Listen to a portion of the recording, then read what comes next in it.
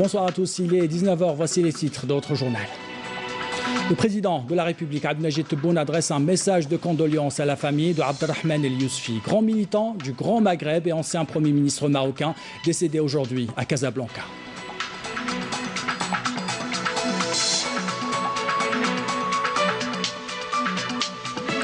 Représentant le président de la République, Abdelmajid Tebboune, le Premier ministre Abdelaziz Jarrad a pris part à la réunion du haut niveau sur le financement du développement à l'ère du Covid-19 et au-delà. L'Algérie plaide pour un financement en faveur des pays affectés par la pandémie, notamment pour les pays africains.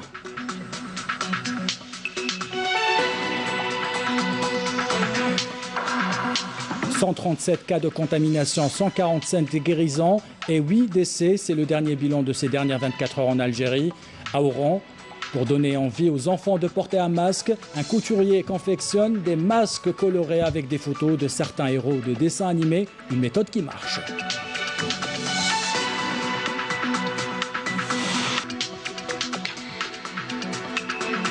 Arrêtons-nous ce soir sur une question qui prive de sommeil des milliers de candidats au baccalauréat. Comment bien passer cet examen décisif? Comment évacuer le stress? Réponse dans un reportage avec une candidate à Alger.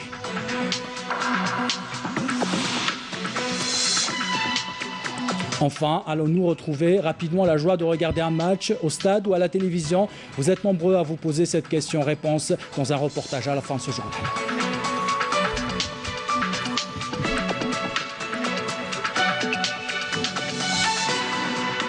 Voilà pour les titres, bienvenue à tous. Tout d'abord, le président de la République, Abdelmajid Tebboune, a adressé aujourd'hui un message de condoléances à la famille du grand militant et ancien Premier ministre marocain Abderrahmane El Yousfi, dont voici le contenu. J'ai appris avec une profonde tristesse et une grande affliction le décès tragique du grand militant maghrébin, le professeur Abderrahmane El Yousfi, que Dieu ait son âme, après une longue vie politique qu'il a consacrée à défendre la classe ouvrière, les valeurs de la liberté et de la justice, portant ses convictions partout où il se rendait, jusqu'à ce qu'il rende l'âme et soit appelé aujourd'hui auprès de Dieu. Les Algériens se rappellent encore que ce leader maghrébin, feu Abderrahmane El Yousfi, était parmi les premiers à avoir soutenu la guerre de libération nationale bénie dès son déclenchement et coopérer avec ses dirigeants, vu qu'il était en contact permanent avec eux pour libérer la région de l'occupation étrangère abominable. Il a d'ailleurs écrit cela dans ses mémoires, citant à titre particulier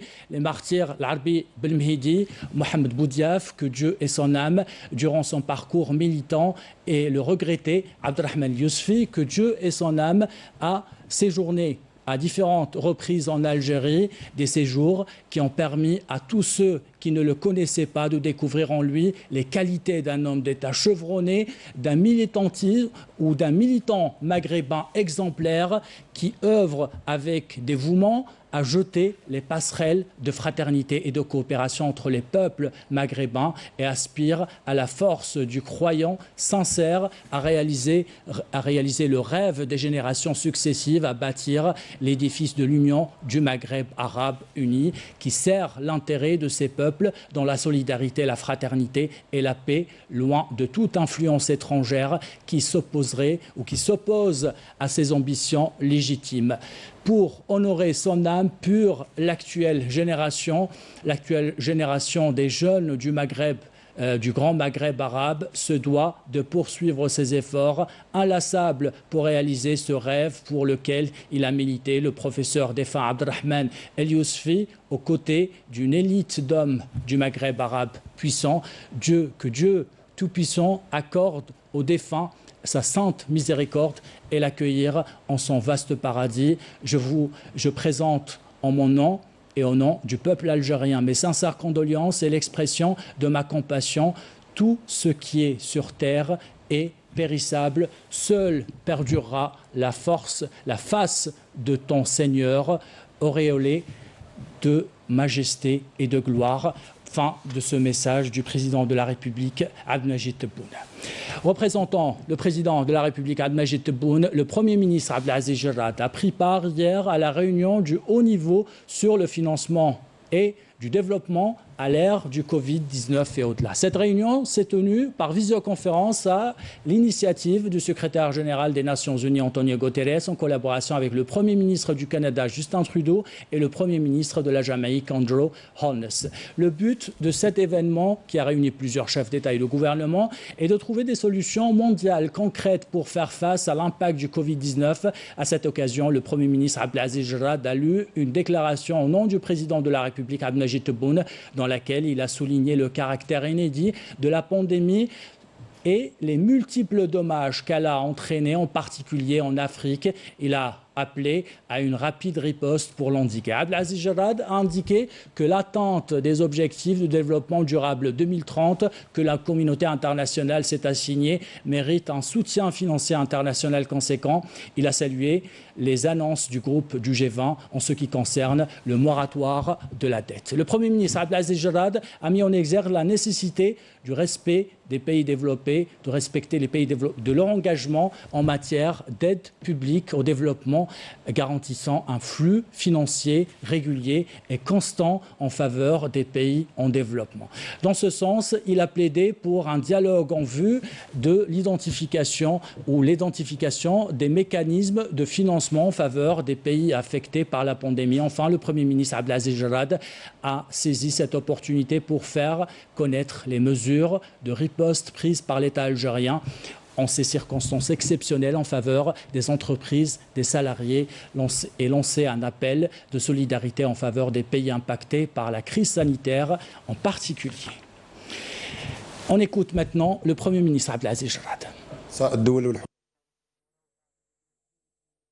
السيدات والسادة رؤساء الدول والحكومات، السيد الأمين العام للأمم المتحدة، أصحاب السعادة، السيدات والسادة، يطيب لي بداية أن أحيي كندا وجامايكا بصفتهما رئيسي مجموعة أصدقاء تمويل التنمية والسيد الأمين العام للأمم المتحدة بمبادرتهم et le secrétaire général de l'ONU pour leur initiative de la tenue de cette réunion qui nous donne l'occasion de réfléchir sérieusement pour trouver des solutions concrètes aux besoins de financement croissants en raison de la crise du nouveau coronavirus. Il est impératif de rappeler l'offre du sommet relatif au développement durable tenu en septembre dernier pour l'atteinte des 17 objectifs du développement durable 2030 que la communauté internationale s'est assignée. Il reste lent et déséquilibré.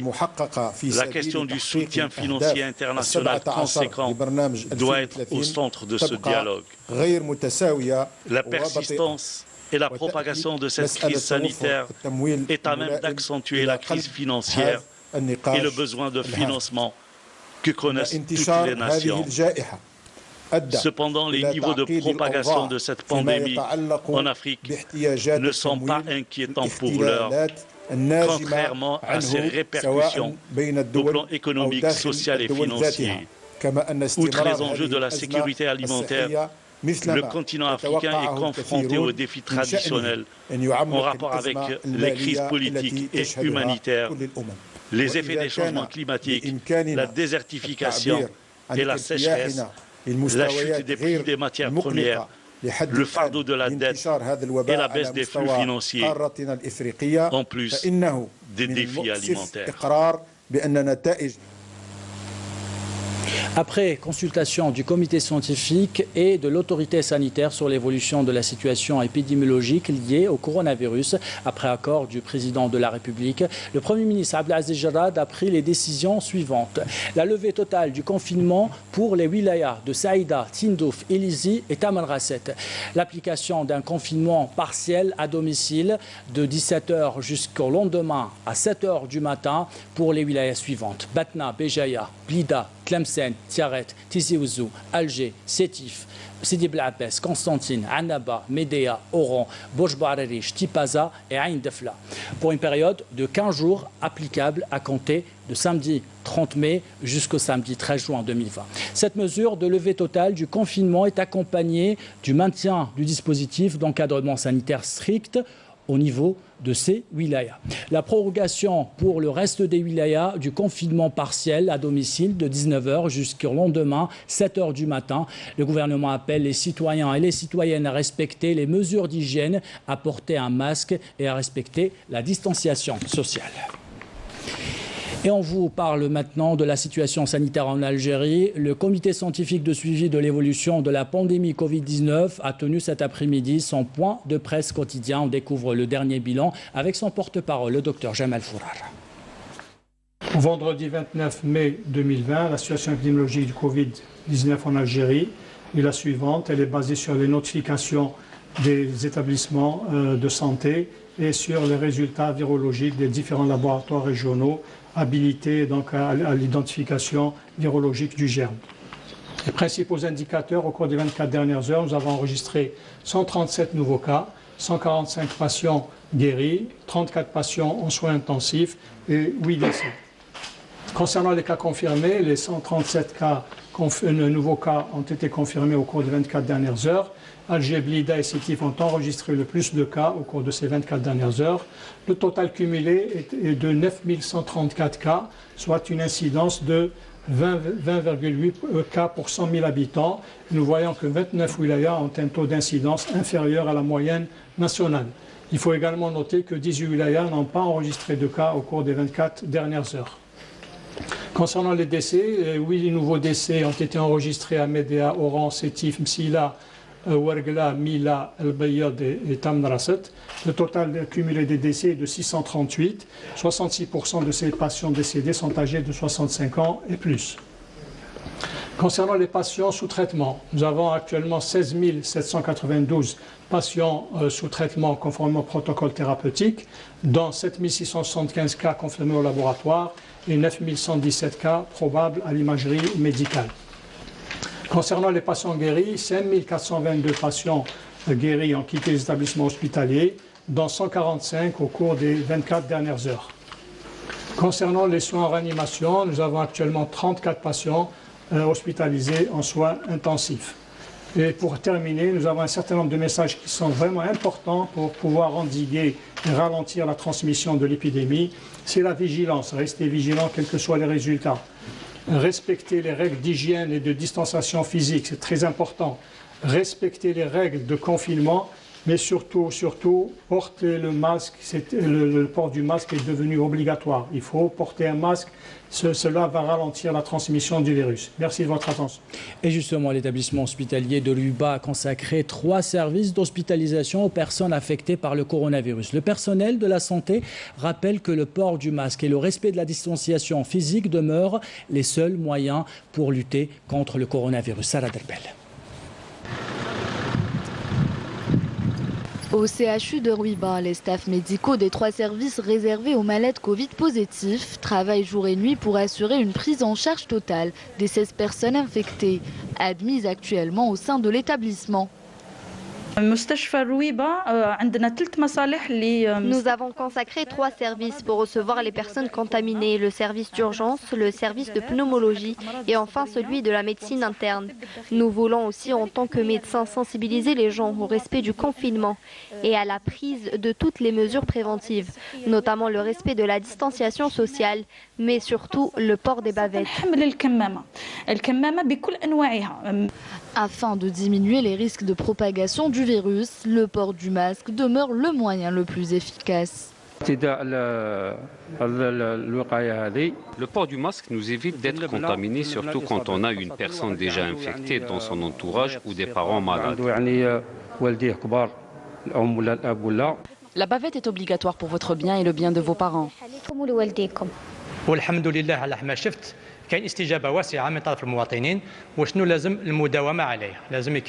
Nous avons remarqué que la majorité des personnes mettent des bavettes. Nous leur conseillons de continuer à les mettre jusqu'à la fin de la pandémie. Pour une personne lambda, le masque en tissu peut faire l'affaire à une seule condition. Le masque doit contenir des petits pores. Elles peuvent aussi utiliser le masque chirurgical pour protéger les autres. Quant au personnel de la santé, les masques de protection respiratoire FFP, FFP2 ou FFP3 sont la meilleure option.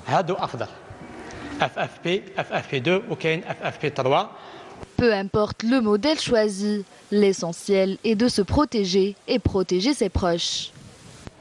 Et à Oran, à défaut de voir le sourire des enfants, un couturier propose des masques colorés avec des dessins originaux, des figurines de tout genre pour donner envie aux plus jeunes de mettre un masque. Les enfants adorent et les parents ont le sourire. Yamina Saïchi. Paillettes, imprimés, tissus colorés. Nasreddin, jeune couturier, a voulu par son travail habituer plus facilement les enfants au port du masque. Nous avons confectionné ces masques de protection personnalisés pour attirer les enfants. Nous avons choisi des personnages de dessins animés, des tissus colorés pour que les enfants puissent ressembler à leurs super-héros préférés.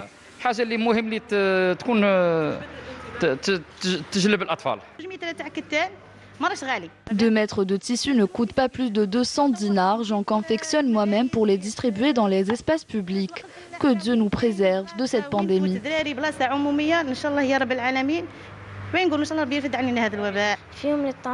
J'aime bien qu'il y ait des dessins et des motifs sur les masques de protection que nous devons porter pour notre santé. Le masque est fait pour se protéger du virus et protéger les autres. Tout le monde devrait en avoir un. Je porte le masque pour me protéger et protéger les autres. Une initiative qui a aussi bien charmé les enfants que les parents. C'est une très bonne chose. Les enfants sont attirés par les motifs. Ils veulent tout de suite en avoir une. C'est une bonne initiative. J'ai encouragé toutes les personnes à porter le masque et même à en fabriquer pour les personnes qui le portent. Une manière originale et haute en couleurs pour faire du masque le nouveau compagnon des bambins. Belle initiative. On vous invite maintenant à découvrir comment, dans la wilaya de Naama, la technologie vient en aide aux banques de sang. 2 jeunes ont lancé une application mobile pour mettre les donneurs en contact direct avec les hôpitaux. C'est du sang neuf en un clic, Saïd Fallak. En ces temps de crise sanitaire, les dons de sang sont de plus en plus rares. Les stocks de produits sanguins ont diminué et à l'hôpital Les Frères Chenafa de Meshria dans la wilaya de Naama, ce manque se fait grandement ressentir.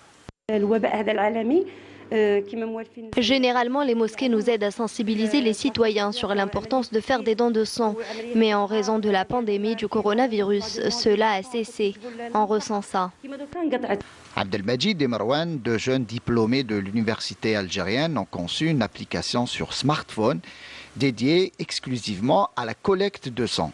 Cette application regroupe notamment les informations personnelles des donneurs et leur groupe sanguin. Les moins de 18 ans et les personnes souffrant de maladies chroniques ne sont pas concernées. J'ai entendu parler de votre application de dons de sang et j'ai envie de m'y inscrire. Pouvez-vous m'expliquer comment faire? D'abord, vous faites entrer vos informations personnelles, ensuite votre groupe sanguin est là, automatiquement. Vos renseignements deviendront disponibles au niveau de l'hôpital et quand ils auront besoin de votre groupe sanguin, ils vous contacteront par téléphone. L'application respecte les conditions du don de sang et les recommandations de l'Agence nationale de la santé. Elle a été tout naturellement validée par le service Play Store de Google. La personne qui fait un don de sang verra automatiquement son profil retiré de l'application pour une période de 3 mois et 10 jours. Notre application est disponible sur la plateforme de Play Store sous le nom Banque de sang Wilaya de Naama. L'application est fonctionnelle pour toute la wilaya de Naama. Les inscriptions sont de plus en plus nombreuses avec comme principaux objectifs apporter l'aide nécessaire aux malades et soulager un tant soit peu le travail des établissements hospitaliers. Et vous êtes des milliers à préparer les épreuves du bac pendant cette période de confinement. Une question taraude l'esprit des candidats. Comment bien se préparer? Comment trouver un équilibre et surtout éviter le stress? À Alger, Lydia, 17 ans, semble avoir trouvé cet équilibre. Découverte avec Salah Delbel. Un baccalauréat chamboulé, une fin d'année confinée à la maison, autant de causes de stress pour les candidats en classe terminale. Lydia, 17 ans, prépare son bac en filière scientifique, a tourné cette pression à son avantage pour bien se préparer à son examen. Et cela demande une organisation sans faille. C'est vraiment stressant pour un étudiant qui passe le bac pour la première fois en fait, parce qu'on ne sait pas ce que ça veut dire. Et surtout le fait que c'est en septembre, ça allonge encore plus notre stress. Je trouve que c'est vraiment c'est vraiment dommage de l'avoir allongé. Là maintenant, on peut juste interagir avec les réseaux sociaux, ce qui nous met mal à l'aise en fait, parce qu'on ne peut pas bien s'exprimer, on ne peut pas bien réviser, parce qu'on peut réviser aussi via les réseaux sociaux. Et en fait, tout ça fait partie vraiment d'un stress énorme pour nous, les bacheliers, de vivre ça. Dans ce genre de situation exceptionnelle, les experts rassurent, il est normal de stresser. Des cellules d'écoute sont mises à la disposition des lycéens, à l'exemple de celles installées par les spécialistes de l'hôpital psychiatrique de Cheraga, à Alger. Ils sont en détresse, il y a même des abandons.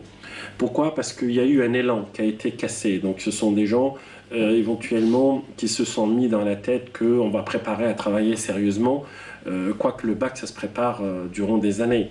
Mais on connaît un peu le rythme des bacheliers, il s'accentue vers le mois de mars, avril, mai pour donner un bon coup de main.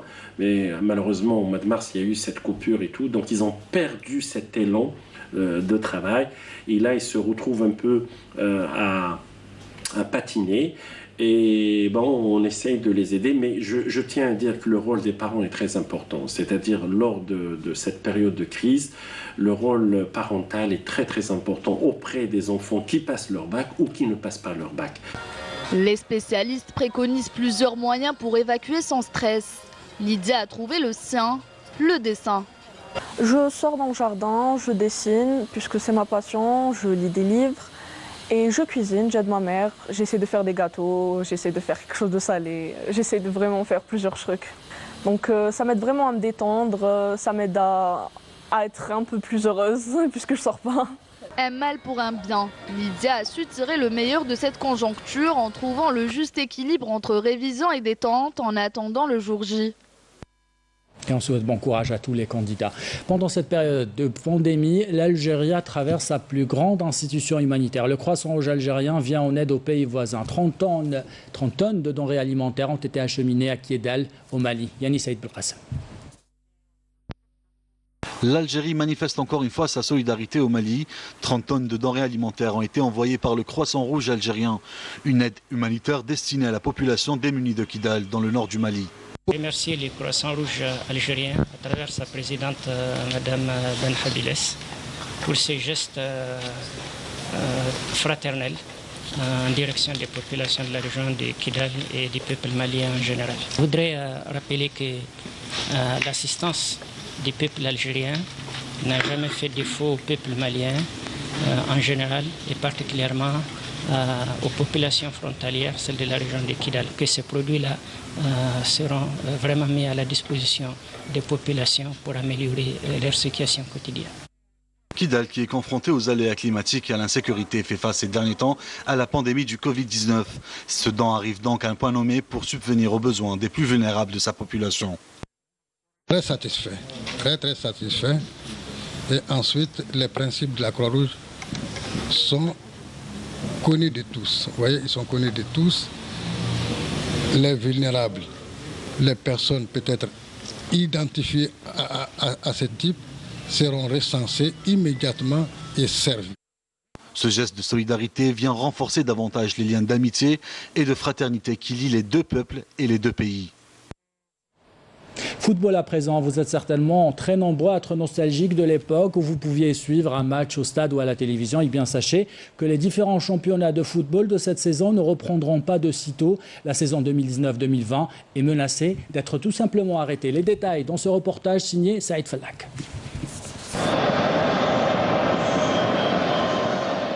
Suspendus depuis la mi-mars en raison de la pandémie du coronavirus, les deux championnats professionnels de Ligue 1 et Ligue 2, comptant pour la saison 2019-2020, pourraient ne pas reprendre. La décision du gouvernement jeudi de prolonger jusqu'au 13 juin prochain le confinement partiel rend quasiment impossible une reprise dans un futur proche. Actuellement, on peut pas discuter une reprise dans un mois, dans 2 mois. Je pense que ça devient critique et il faut que les responsables du pays prennent une décision politique concernant le football ou bien le sport. Abdelkarim Adouar demeure sceptique quant à une éventuelle reprise des 2 championnats professionnels, d'autant plus que le président de la commission médicale de la FAF, Jamaldine Damerji, a déclaré cette semaine qu'il était impossible de reprendre les entraînements pour les joueurs dans le contexte actuel. Moi, je suis pessimiste. Je suis pessimiste par rapport à ce qui se passe dans le pays. Et à partir de là, je dis que l'importance est, on donne beaucoup d'importance aux citoyens algériens, on donne beaucoup d'importance à la vie humaine. Je pense que le football en Algérie, on n'a pas beaucoup d'intérêt par rapport au club à l'Europe parce qu'ils ont des contrats, des gros budgets, les droits des TV sont très gonflés, c'est des centaines de millions d'euros. Mais ici en Algérie, je pense qu'on n'a pas un manque à gagner. Contraire. Pour moi, le football actuellement n'est pas d'actualité. En cas d'arrêt de la Ligue 1, le Serbe Belouizdad, actuel leader au classement, sera-t-il champion d'Algérie? Pas si sûr. On peut pas. C'est prématuré de déclarer une telle décision. Prévue ce dimanche par visioconférence, la réunion mensuelle du Bureau fédéral de la FAF ne devrait prononcer aucune décision concernant une quelconque reprise des compétitions footballistiques. Avec l'information sportive, nous arrivons à la fin de ce journal. L'équipe de la rédaction qui l'a préparé, l'équipe technique qui l'a réalisé, vous remercie de l'avoir suivi. En bas de votre écran, les adresses web pour le replay de vos programmes. J'aurai le plaisir de vous retrouver demain. Belle soirée.